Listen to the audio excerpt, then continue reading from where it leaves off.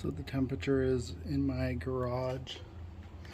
It's a closed-in carport, so about the size of a single car garage.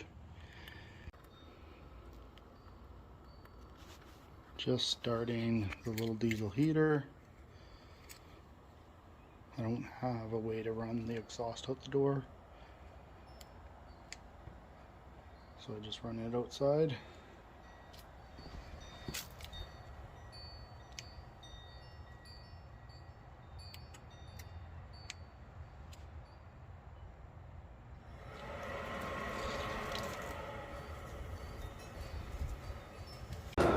I've been running the heater for about 40 minutes on high with the door cracked like that.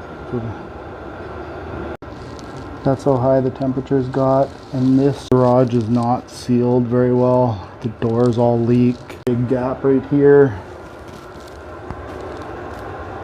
So there is some cold air coming in. You can smell it when it first starts, but that's about it. After that, you don't smell it. Pushes off lots of heat. I was using the belt sander right here. My leg got hot. Had the door open for a bit.